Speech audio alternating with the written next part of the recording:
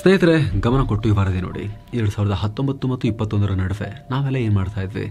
Corona, lockdown, ಓದು, ಬರಹ, ಮನೆ, ಮದುವೆ, ಈ ರೀತಿ ಬಹುತೇಕ ಜನರ ಜೀವನ ನಾರ್ಮಲ್ ಆಗಿತ್ತು. ಓವರ್ ಆಲ್ ಆಗಿ ನೋಡಿದಾಗ ಆ ಪೀರಿಯಡ್ ಒಂಥರ ಕೊರೋನಾ ಲೈಫ್ ಎಲ್ರಿಗೂ ಕೂಡ. ಆದರೆ ಇದೇ ಅವಧಿಯಲ್ಲಿ ಜಗತ್ತಿನ ಒಂದು ಜಾಗದಲ್ಲಿ ಭಯಾನಕ ಘಟನೆ ಆಗ್ತಾ ಇತ್ತು. ಅದೀಗ ಬೆಳಕಿಗೆ ಬಂದಿದೆ. ಸಿನಿಮಾ ಅಲ್ಲ, ಕಾದಂಬರಿ ಅಲ್ಲ, ಸೈಫೈ ಮೂವಿನೂ ಅಲ್ಲ, ರಿಯಲ್ ಆಗಿ ಲಕ್ಷಾಂತರ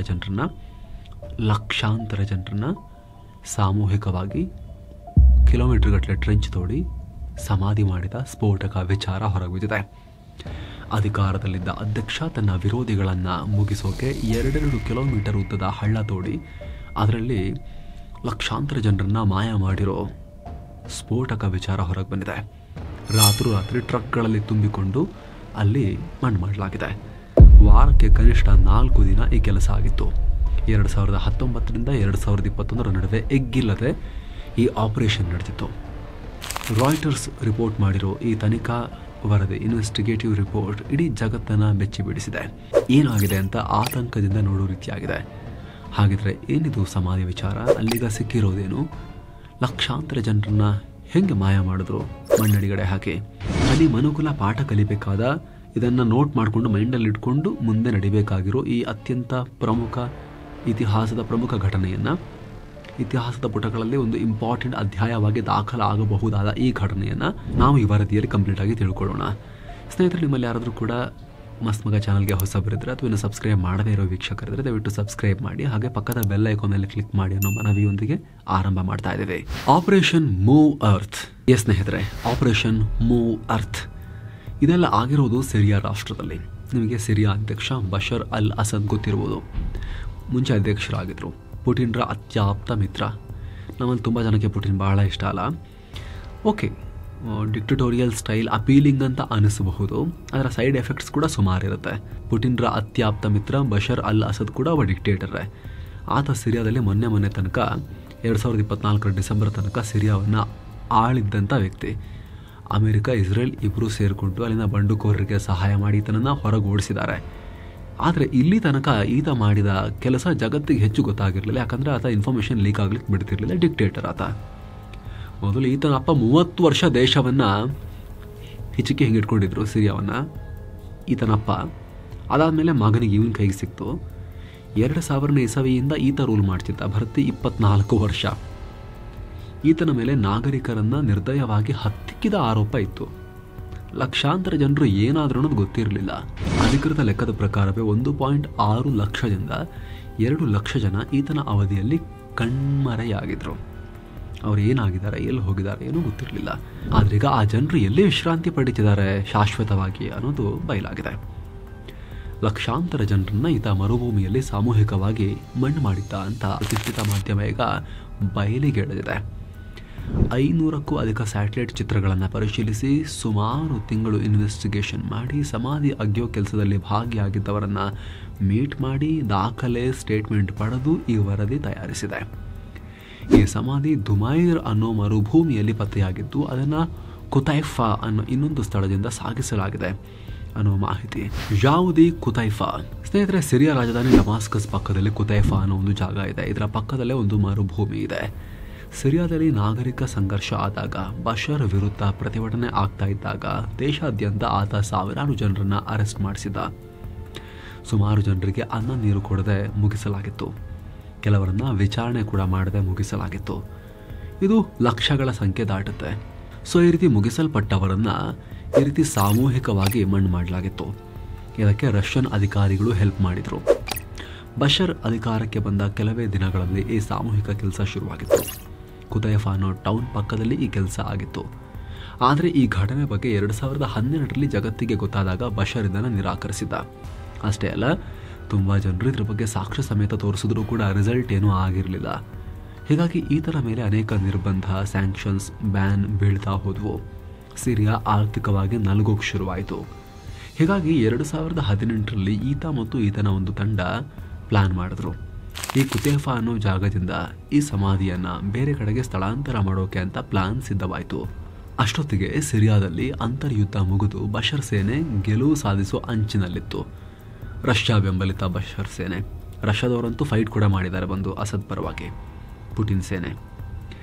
ಸೊ ಸಾಕಷ್ಟು ಜನರನ್ನು ರಹಸ್ಯವಾಗಿ ಮುಗಿಸಲಾಗಿತ್ತು.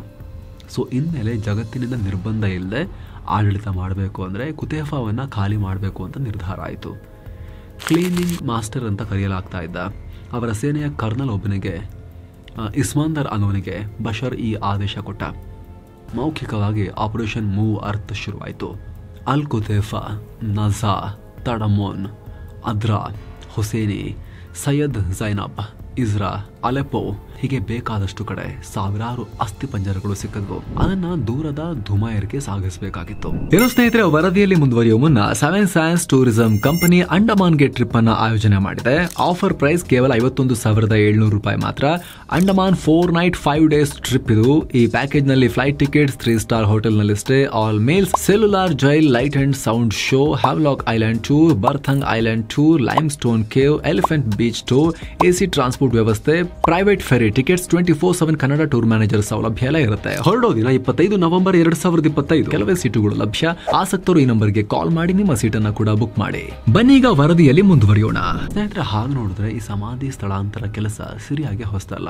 ಇಸ್ರೇಲ್ನ ಗೂಢಚರ ಎಲಿ ಕೊಹೆನ್ರನ್ನ ಕೂಡ ಸಿರಿಯಾ ಇದೇ ರೀತಿ ಮಾಡಿತ್ತು. ಅವರ ಅವಶೇಷಗಳನ್ನ ಇಸ್ರೇಲ್ಗೆ ಸಿಗದ ಹಾಗೆ 16 ಕಡೆ ಬಚ್ಚಿಟ್ಟಿತ್ತು. ಇವತ್ತಿಗೂ ಅದು ಎಲ್ಲಿದೆ ಅಂತ ಗೊತ್ತಿಲ್ಲ. 50 ವರ್ಷಗಳಿಂದ ಹುಡುಕಿದ್ರು ಮೊಸಾದ್ನಂತ ಗೂಢಚರ ಸಂಸ್ಥೆಗೂ ಅದನ್ನ ಕಂಡುಹಿಡಿಯೋಕಾಗಿಲ್ಲ. ಸೊ ಅಂತಹದ್ದೇ ಟ್ಯಾಕ್ಟಿಕ್ ಅನ್ನ ಸಿರಿಯಾ ಇಲ್ಲೂ ಮಾಡ್ತು.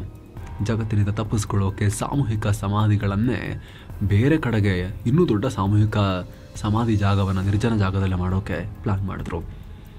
ಇದಕ್ಕೆ 2019ರಲ್ಲಿ ಅಧಿಕೃತವಾಗಿ ಚಾಲನೆ ಸಿಕ್ತು. ಕುತೈಫಾ ಟು ಧುಮಾಯರ್. ಕಗ್ಗತ್ತಲ ರಾತ್ರಿಯಲ್ಲಿ ಚಲಿಸಿದ ಅಸ್ಥಿಪಂಜರಗಳು. ಎಸ್, ಕುತೈಫಾದಿಂದ ಧುಮಾಯರ್ಗೆ 1 ಗಂಟೆ ಹೆಚ್ಚು ಕಮ್ಮಿ ಪ್ರಯಾಣ. ಧುಮಾಯರ್ ರಿಮೋಟ್ ಏರಿಯಾದಲ್ಲಿರೋ ಮರುಭೂಮಿ. ನಿಮ್ಗೆ ಗೊತ್ತಿರಲಿ ಸ್ನೇಹಿತರೆ, ಸಿರಿಯಾ ಹೆಚ್ಚು ಕಮ್ಮಿ ನಮ್ಮ ಕರ್ನಾಟಕದಷ್ಟು ದೊಡ್ಡ ಇದೆ. ಅದರಲ್ಲಿ 55% ಭೂಮಿ ಬರೀ ಮರುಭೂಮಿ. ಸೊ ಇಲ್ಲಿ ಏನ್ ನಡೀತಿದೆ ಅನ್ನೋದು ಸುಲಭವಾಗಿ ಪತ್ತೆ ಹಚ್ಚಕ್ಕಾಗಲ್ಲ. ಇದೇ ರೀತಿಯ ಮರುಭೂಮಿಯೊಂದನ್ನು ಅಸದ್ ಸರ್ಕಾರ ಸೆಲೆಕ್ಟ್ ಮಾಡಿಕೊಳ್ತು. ಕುತೈಫಾದಿಂದ ಧುಮಾಯರ್ಗೆ ಈ ಅಸ್ಥಿಪಂಜರ ಸಾಗಿಸೋಕೆ ನಿರ್ಧಾರ ಆಯಿತು. ಆಪರೇಷನ್ ಮೂವ್ ಅರ್ತ್ ಶುರುವಾಯಿತು. ಪ್ರತ್ಯಕ್ಷದರ್ಶಿಗಳು ಹೇಳೋ ಪ್ರಕಾರ ಭರ್ತಿ 2 ವರ್ಷ ಕಂಟಿನ್ಯೂಸ್ ಆಗಿ ಈ ಕೆಲಸ ನಡೆದಿದೆ. ಪ್ರತಿ ವಾರ ಕನಿಷ್ಠ 4 ದಿನ ಈ ಸಾಗಾಟ ಮಾಡಲಾಗಿದೆ. ಮನುಷ್ಯನ ಅವಶೇಷ, ಮಣ್ಣು, ಇನ್ನಿತರ ಅಸ್ಥಿಪಂಜರವನ್ನು ತುಂಬಿಕೊಂಡು ದಿನಕ್ಕೆ 6ರಿಂದ 8 ಟ್ರಕ್ಗಳು ಧುಮಾಯರ್ ಮರುಭೂಮಿಗೆ ರಾತ್ರಿ ಪ್ರಯಾಣ ಮಾಡಿವೆ. ಅಷ್ಟೇ ಅಲ್ಲ, ಇದು ಅಸದ್ ಸರ್ಕಾರದ ಅತ್ಯಂತ ಸೀಕ್ರೆಟ್ ಮಿಷನ್ ಅಂತ ರಾಯ್ಟರ್ಸ್ ಹೇಳಿದೆ. ಇದು ಕೆಲ ಅಧಿಕಾರಿಗಳಿಗೆ, ಹಳ್ಳ ತೆಗೆಯೋರಿಗೆ, ಲೋಡ್ ಮಾಡೋರಿಗೆ ಮತ್ತು ಹಳ್ಳ ಮುಚ್ಚೋರಿಗೆ ಬಿಟ್ಟರೆ ಇನ್ಯಾರಿಗೂ ಗೊತ್ತಿರಲಿಲ್ಲ. ಅಸದ್ನ ನಂಬಿಕಸ್ಥ ಸೇನಾಧಿಕಾರಿಯೊಬ್ಬ ಇದರ ಇನ್ಚಾರ್ಜ್. ಪದೇ ಪದೇ ಇದ್ರ ಬಗ್ಗೆ ಆತ ರಿಪೋರ್ಟ್ ಕೊಡ್ತಾ ಇದ್ದ ಅಸದ್ಗೆ. ಟ್ರೆಂಚ್ಗಳನ್ನು ತೋಡಿದ್ರು. ಈ ರೀತಿ ಅಸ್ಥಿಪಂಜರಗಳನ್ನು ಇನ್ನೊಂದು ಸಲ ಯಾತ್ರೆ ಮಾಡಿ ತಗೊಂಡು ಹೋಗಿ ಮತ್ತೊಂದ್ಸಲಿ ಹೂಳೋಕೆ ಕುತೈಫಾದ ಮಾದರಿಯಲ್ಲೇ ಟ್ರೆಂಚ್ಗಳನ್ನು ದೊಡ್ಡದಾಗಿ ತೋಡಿದ್ರು. ಇಲ್ಲಿ ಟ್ರೆಂಚ್ ಅಂದರೆ ಈ ರೀತಿ ನಿಮಗೆ ಗೊತ್ತಿರುತ್ತೆ. ಮುಂಚೆ ಯುದ್ಧಗಳಲ್ಲೂ ಕೂಡ ಟ್ರೆಂಚ್ ವಾರ್ಫೇರ್ ನಡೀತಿತ್ತಲ್ಲ. ಟ್ರೆಂಚಲ್ಲಿ ಕೂತ್ಕೊಂಡು ಆ ಕಡೆ ಅವ್ರಿಗೆ ಫೈರ್ ಮಾಡ್ತಿದ್ರು. ಒಂದೊಂದೇ ಟ್ರೆಂಚ್ ದಾಟ್ಕೊಂಡು ಸೀಸ್ ಮಾಡ್ಕೊಂಡು ಮುಂದಕ್ಕೆ ಹೋಗಬೇಕಾಗಿತ್ತು. ಆ ರೀತಿ ಉದ್ದದ ಟ್ರೆಂಚ್ಗಳನ್ನು ತೋಡಿದ್ರು, ಕಾಲುವೆ ಥರ. ಇದರಲ್ಲಿ ತಂದು ಹಾಕು, ಆಮೇಲೆ ಮಣ್ಣು ಮುಚ್ಚು. ಇಂತಹ ಟ್ರೆಂಚ್ಗಳನ್ನು ಮರುಭೂಮಿಯಲ್ಲಿ ತೋಡ್ತಾ ಇದ್ರು. ಕುತೈಫಾದಲ್ಲಿ 2013ರಿಂದ 2018ರವರೆಗೆ ಕನಿಷ್ಠ 16 ಟ್ರೆಂಚ್ಗಳನ್ನು ತೋಡಲಾಗಿತ್ತು. ಇದರ ಒಟ್ಟು ಉದ್ದ 1.2 ಕಿಲೋಮೀಟರ್ಗಿಂತ ಹೆಚ್ಚಿತ್ತು. ಹಾಗೆ ಒಂದೊಂದು ಟ್ರೆಂಚ್ ಅನ್ನು ತಗೊಂಡ್ರು ಕೂಡ ಕೆಲವೊಂದು 15 ಮೀಟರ್, ಕೆಲವು 160 ಮೀಟರ್ ಎಲ್ಲ ಉದ್ದ ಇದ್ವು. ಆದರೆ ಇಲ್ಲಿ ಅಂದರೆ ಧುಮಾಯರ್ನಲ್ಲಿ ಅದು ಇನ್ನೂ ದೊಡ್ಡದು. ಕುತೈಫಾದಲ್ಲಿ 15 ಮೀಟರ್ ಇದ್ರೆ ಇಲ್ಲಿ ಕನಿಷ್ಠ ಅಂದರೆ 20 ಮೀಟರ್. ಇನ್ನು ಕೆಲವು ಕಡೆ 125 ಮೀಟರ್ನಷ್ಟು ಉದ್ದ ಒಂದೊಂದು ಟ್ರೆಂಚ್. ಇನ್ನು ಎತ್ತರ ನೋಡಿದ್ರೆ ಕುತೈಫಾದಲ್ಲಿ 4 ಮೀಟರ್ ಆಳ ತೋಡ್ತಾ ಇದ್ರು, 4 ಮೀಟರ್ ಅಗಲ ಇರ್ತಾ ಇತ್ತು. ಆದರೆ ಧುಮಾಯರ್ನಲ್ಲಿ 2 ಮೀಟರ್ ಅಗಲ ಮತ್ತು 3 ಮೀಟರ್ ಆಳ. ಎಲ್ಲ ಟ್ರೆಂಚ್ಗಳನ್ನು ಕೂಡಿಸಿದ್ರೆ ಒಟ್ಟು ಉದ್ದ 2 ಕಿಲೋಮೀಟರ್ಗೂ ಅಧಿಕ ಉದ್ದದ ಟ್ರೆಂಚ್. ಈ ರೀತಿ ಒಟ್ಟು 34 ಟ್ರೆಂಚ್ಗಳನ್ನು ಎಕ್ಸ್ಪ್ಲೋರ್ ಮಾಡಲಾಗಿದೆ. ಧುಮಾಯರ್ ಒಂದರಲ್ಲೇ 16 ಫುಟ್ಬಾಲ್ ಮೈದಾನದಷ್ಟು ದೊಡ್ಡ ಏರಿಯಾದಲ್ಲಿ ಈ ಟ್ರೆಂಚ್ಗಳು ಹರಡಿಕೊಂಡಿವೆ. ಮಾಹಿತಿ ಪ್ರಕಾರ ಧುಮಾಯರ್ನಲ್ಲಿ ಮೊದಲ ಬಾರಿಗೆ 2019ರ ಮಾರ್ಚ್ ತಿಂಗಳಲ್ಲಿ ಹೂಳುವ ಕೆಲಸ ಶುರುವಾಗಿತ್ತು. ಇದರಲ್ಲಿ ಸಿಕ್ಕ ದೇಹಗಳು ಕೆಲವರದು ಹೊಸದಾದರೆ ಕೆಲವುದು ತುಂಬಾ ಹಳೆ ಅಸ್ಥಿಪಂಜರ. ಮೊದಲಿಗೆ ಕರ್ನಲ್ ಅವರ ಬಿಳಿ ವ್ಯಾನ್ ಹೋಗ್ತಾ ಇತ್ತು. ಅದರ ಹಿಂದೆ 6ರಿಂದ 8 ಮಂದ ಕಿತ್ತಳೆ ಬಣ್ಣದ ಮರ್ಸಿಡಿಸ್ ಡಂಪ್ ಟ್ರಕ್ಗಳು ಹೋಗ್ತಾ ಇದ್ವು ಅಂತ ಇದರಲ್ಲಿ ಪಾಲ್ಗೊಂಡವರು ಮಾಹಿತಿ ಕೊಟ್ಟಿದ್ದಾರೆ. ಏನೋ ವಿಚಾರ ನಾಯಿಗಳಿಗೂ ಗೊತ್ತಾಗ್ತಿತ್ತಂತೆ, ಅಂದರೆ ದಾರಿ ಮಧ್ಯೆ. ಹೀಗಾಗಿ ಸ್ಥಳೀಯರು ಇದ್ರ ಬಗ್ಗೆ ಸಾಕಷ್ಟು ಕಂಪ್ಲೇಂಟ್ ಮಾಡ್ತಾ ಇದ್ರು. ಆದರೆ ಪ್ರಶ್ನೆ ಕೇಳಿದವರನ್ನ ಮುಚ್ಚಾಯ ನಿನಗೇನಾಕಪ್ಪ ಅಂತ ಹೆದರಿಸಿ ಸುಮ್ಮನಾಗಿಸ್ತಿದ್ರು. ಜಾಸ್ತಿ ಮಾತಾಡಿದ್ರೆ ಮುಗಿಸೇ ಬಿಡ್ತಾ ಇದ್ರು ಅಂತ ಮಾಹಿತಿ. ಸದ್ಯ ಧುಮಾಯರ್ನಲ್ಲಿ ಎಷ್ಟು ಜನರನ್ನ ಈ ರೀತಿ ಅಡಿಗಡೆ ಹಾಕಲಾಗಿದೆ ಅನ್ನೋದು ಮಾಹಿತಿ ಇಲ್ಲ. ಆದರೆ ಕನಿಷ್ಠ 2600 ಟ್ರಿಪ್ನಲ್ಲಿ ಲೋಡ್ ತಗೊಂಡು ಹೋಗಿ ಅಡಿಗಡೆ ಹಾಕಿದ್ದಾರೆ. ಟ್ರಕ್ಗಳ ಗಾತ್ರ ನೋಡ್ತಾ ಇದ್ರೆ ಕನಿಷ್ಠ 16,000, ಬರೀ 10,000 ಅಲ್ಲ, ಮಲ್ಟಿಪಲ್ಸ್ ಆಫ್ 10,000, 16,000 ಅಷ್ಟು ದೊಡ್ಡ ಪ್ರಮಾಣದಲ್ಲಿ ಮಣ್ಣು ಮಾಡಿರಬಹುದು ಅಂತ. ಅಷ್ಟೇ ಅಲ್ಲ, ಕುತೇಫಾದಲ್ಲಿ ಬರೀ 16 ಟ್ರೆಂಚ್ಗಳಲ್ಲಿ 80,000 ಜನರನ್ನ ಹೂಳಲಾಗಿತ್ತು. ಕುತೇಫಾದ ಫಸ್ಟ್ ಇದ್ದ ಜಾಗದಲ್ಲಿ. ಇದನ್ನ ಸಿರಿಯಾದ ಫಾರ್ಮರ್ ಕೌನ್ಸಿಲ್ ಚೀಫ್ ಹೇಳಿದ್ದಾರೆ. ಸೊ ಹೊಸಬರನ್ನು ಸೇರಿಸಿದ್ರೆ ಇಲ್ಲಿ ಲಕ್ಷಗಳನ್ನು ಆರಾಮಾಗಿ ದಾಟುತ್ತೆ ಅಂತ ತಜ್ಞರು ಅಂದಾಜು ಮಾಡಿದ್ದಾರೆ. ಟ್ರಕ್ ಡ್ರೈವರ್ಗಳ ಅಳಲು. ಇದು ಸೀಕ್ರೆಟಿವ್ ಆಪರೇಷನ್ ಆಗಿದ್ರಿಂದ ಇದರಲ್ಲಿ ಪಾಲ್ಗೊಂಡವರನ್ನ ಸಿರಿಯಾ ಸರ್ಕಾರ ಅತ್ಯಂತ ಕ್ರೂರವಾಗಿ ಕಂಟ್ರೋಲ್ ಮಾಡೋಕೆ ಪ್ರಯತ್ನ ಪಡ್ತಾ ಇತ್ತು. ಈ ಬಗ್ಗೆ ಟ್ರಕ್ ಡ್ರೈವರ್ ಒಬ್ರು ಮಾತನಾಡಿದ್ದಾರೆ. ನನಗಿದೆಲ್ಲ ಇಷ್ಟ ಆಗ್ತಿರಲಿಲ್ಲ, ಆದರೆ ಇದನ್ನು ಹೊರಗೆ ಹೇಳೋಕ್ಕೂ ನನಗೆ ಅವಕಾಶ ಇರಲಿಲ್ಲ. ನಾನು ಬಂದಿಯಾಗಿದ್ದೆ, ಆದೇಶಗಳಿಗೆ ಗುಲಾಮನಾಗಿದ್ದೆ. ನನ್ನನ್ನು ಏನು ಮಾಡ್ತಾರೋ ಅನ್ನೋ ಭಯ ಕಾಡ್ತಾ ಇತ್ತು. ಭಯಾನಕ ವಾಸನೆ ಮತ್ತು ಅಪರಾಧಿ ಭಾವನೆಯಲ್ಲೇ ನಾನು 2 ವರ್ಷ ವರ್ಕ್ ಮಾಡಿದೆ ಅಂತ ಟ್ರಕ್ ಡ್ರೈವರ್ ಹೇಳ್ಕೊಂಡಿದ್ದಾರೆ. ಅಲ್ಲದೆ ಬುಲ್ಡೋಸರ್ ಆಪರೇಟರ್ ಮಾತನಾಡಿ, ಮೊದಲ 2 ವಾರ ನನಗೆ ನಿದ್ರೆ ಬರಲಿಲ್ಲ, ನನಗೆ ಆಹಾರ ಸೇವಿಸೋಕ್ಕೂ ಆಗ್ತಾ ಇರಲಿಲ್ಲ, ನಾನು ತುಂಬ ವೀಕ್ ಆಗಿದ್ದೆ, ಭಯ ಇತ್ತು. ಆದರೆ ಆಮೇಲೆ ನಾನು ಬರ್ತಾ ಸರಿಯಾದೆ. ಅದೇನಾಯಿತು ಏನೋ, ಆ ಕೆಲಸಕ್ಕೆ ನಾನು ಅಡ್ಜಸ್ಟ್ ಆಗಿಬಿಟ್ಟೆ. ನನ್ನೊಳಗೆ ಅದೆಲ್ಲ ಸೇರಿಕೊಳ್ತು. ನನಗೇನು ಅನ್ನಿಸ್ತಿಲ್ಲ, ಕೆಲಸ ಮಾಡ್ತಾ ಹೋದೆ ಆದೇಶದ ಪ್ರಕಾರ ಅಂತ ಹೇಳಿದ್ದಾರೆ. ಈ ಮೂಲಕ ರಹಸ್ಯವಾಗಿ ಬಲವಂತವಾಗಿ ಈ ಕೆಲಸ ನಡೀತಾ ಇತ್ತು, ಅದಂತೂ ಸ್ಪಷ್ಟ. ದೂರು ಕೊಟ್ಟರೂ ಪ್ರಯೋಜನ ಇಲ್ಲ. ಏನೋ ಕಾಣೆಯಾದವ್ರ ಫ್ಯಾಮಿಲಿಯವರು ಎಲ್ಲಿ ಹೋದ್ರಪ್ಪ ಅಂತ ತುಂಬಾ ಸಲ ದೂರು ಕೊಡ್ತಾ ಇದ್ರು. ಆದ್ರೆ ಬಶದ್ ಸರ್ಕಾರ ಕನಿಷ್ಠ ಪ್ರತಿಕ್ರಿಯೆನೂ ಕೊಡ್ತಾ ಇರಲಿಲ್ಲ. ಫಾರ್ಮಲ್ ಆಗಿ ಒಂದು ಕಂಪ್ಲೇಂಟ್ ಕೂಡ ದಾಖಲು ಆಗ್ತಾ ಇರಲಿಲ್ಲ. ಸಾಕಷ್ಟು ಕುಟುಂಬಗಳು ಅಸದ್ ದೇಶ ಬಿಟ್ಟು ಓಡಿ ಹೋದ ನಂತರ ಜೈಲುಗಳಿಗೆ ನುಗ್ಗಿ ಅವರ ಪ್ರೀತಿ ಪಾತ್ರರನ್ನ ಹುಡುಕೋ ಪ್ರಯತ್ನ ಮಾಡಿದ್ರು. ಆದ್ರೆ ತುಂಬಾ ಜನರಿಗೆ ಸಿಗಲೇ ಇಲ್ಲ. ಏನಾದ್ರು ಅಂತ ಯಾರಿಗೂ ಗೊತ್ತೇ ಇಲ್ಲ, ಮಾಯ ಆಗಿದ್ರು ಅಷ್ಟೇ. ಅವರು ಮರುಭೂಮಿ ಎಡಗಡೆ ಮಲ್ಕೊಂಡಿದ್ದಾರೆ ಅಂತ ತುಂಬಾ ಜನಕ್ಕೆ ಗೊತ್ತೇ ಇರಲಿಲ್ಲ. ಈಗೆಲ್ಲ ಬಯಲಾಗ್ತಿದೆ. ಇದೆಲ್ಲವನ್ನ ಈಗ ಗಂಭೀರವಾಗಿ ನಾವು ತನಿಖೆ ಮಾಡ್ತೀವಿ ಅಂತ ಹೊಸ ಸರ್ಕಾರ, ಅಮೆರಿಕದ ಬೆಂಬಲಿತ ಸರ್ಕಾರ ಅಲ್ ಶರಾ ಸರ್ಕಾರ ಅನೌನ್ಸ್ ಮಾಡಿದೆ. ಹಾಗೆ DNA ಟೆಸ್ಟ್ ಮಾಡ್ತೀವಿ ಅಂತಲೂ ಹೇಳಿದ್ದಾರೆ. ಆದರೆ ಇದು ಇಲ್ಲಿ ಮುಗಿಯೋ ವಿಚಾರ ಅಲ್ಲ. ಯಾಕಂದರೆ ಈ ಬಶರ್ ಅವರ ಅಪ್ಪ ಕೂಡ ಇದೇ ರೀತಿ ದೇಶ ಆಳಿತ.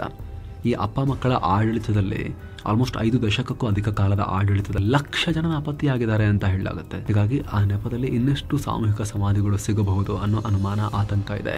ಸೊ ಡಿಕ್ಟೇಟರ್ಸ್ ಅಂದ ತಕ್ಷಣ ಕಿಮ್ ಜಾಂಗ್ ಉನ್ ನೋಡಿದಾಗ, ಆಮೇಲೆ ಪುಟಿನ್ ನೋಡಿದಾಗ ಒಂಥರ ಕಿಕ್ ಬರ್ಬೋದು. ಪಟ್ ಅಂತ ಅನ್ಸಿದ್ದು ಮಾಡಿಬಿಡ್ತಾರೆ, ತೋಚಿದ್ದು ಮಾಡಿಬಿಡ್ತಾರೆ ಅಂತ. ಡಿಕ್ಟೇಟರ್ಶಿಪ್ನ ಸೈಡ್ ಎಫೆಕ್ಟ್ಸ್ನ ಭಯಾನಕತೆಯನ್ನು ಜಗತ್ತು ತುಂಬ ಸಲ ನೋಡಿದೆ ಮುಂಚೆ ಕೂಡ, ಫಸ್ಟ್ ಟೈಮ್ ಅಲ್ಲ. ಇದೇನೊಂದು ಎಕ್ಸಾಂಪಲ್ ಅಷ್ಟೇ ಇದು. So be careful what you wish for ಅಂತ. ಯಾವುದ್ರ ಬಗ್ಗೆ ಆಸೆ ಪಡ್ತಿರೋ ಬೇಕು ಅಂತ ಅದ್ರ ಬಗ್ಗೆ ಕೇರ್ಫುಲ್ ಆಗಿರಬೇಕು. ಇದ್ರ ಬಗ್ಗೆ ನಿಮಗೇನು ಅನಿಸುತ್ತೆ ಅದನ್ನು ಕಾಮೆಂಟ್ ಮಾಡಿ ತಿಳಿಸಿ ಸ್ನೇಹಿತರೆ. ಜೊತೆಗೆ ಮಸ್ತ್ ಮಗ ಪ್ರೀಮಿಯಂ ಮೆಂಬರ್ಶಿಪ್ನಲ್ಲಿ ನಾವು ವ್ಯಾಲ್ಯೂಬಲ್ ಮಾಹಿತಿಯನ್ನು ಪಬ್ಲಿಷ್ ಮಾಡೋಕ್ಕೆ ಶುರು ಮಾಡಿದ್ದೀವಿ. ಜಾಯ್ನ್ ಆಗಿರೋರು ಮೆಂಬರ್ಶಿಪ್ ಟ್ಯಾಬ್ಗೆ ಹೋದರೆ ಸಿಕ್ಬಿಡುತ್ತೆ. ಯೂಟ್ಯೂಬ್ ಕೂಡ ರೆಕಮೆಂಡ್ ಮಾಡ್ತಿರುತ್ತೆ ನಿಮಗೆ. ಜಾಯ್ನ್ ಆಗದೇ ಇರೋರು ಕನ್ಸಿಡರ್ ಮಾಡ್ಬೋದು. ದಿನಕ್ಕೆ 99 ಪೈಸೆ ಚೇಂಜ್ ಅಷ್ಟೇ ಕಾಸ್ಟ್ ಆಗುತ್ತೆ. ಇಡೀ ಮಂತ್ಗೆ 29 ರೂಪಾಯಿ. ಅಲ್ಲಿ ರೀಸೆಂಟಾಗಿ ನೋಡಿ ನಾವೊಂದು ಲೈವ್ ಮಾಡಿದ್ವಿ, ಮೆಂಬರ್ಸ್ ಒಂದು ಲೈವ್ ಮಾಡಿದ್ವಿ.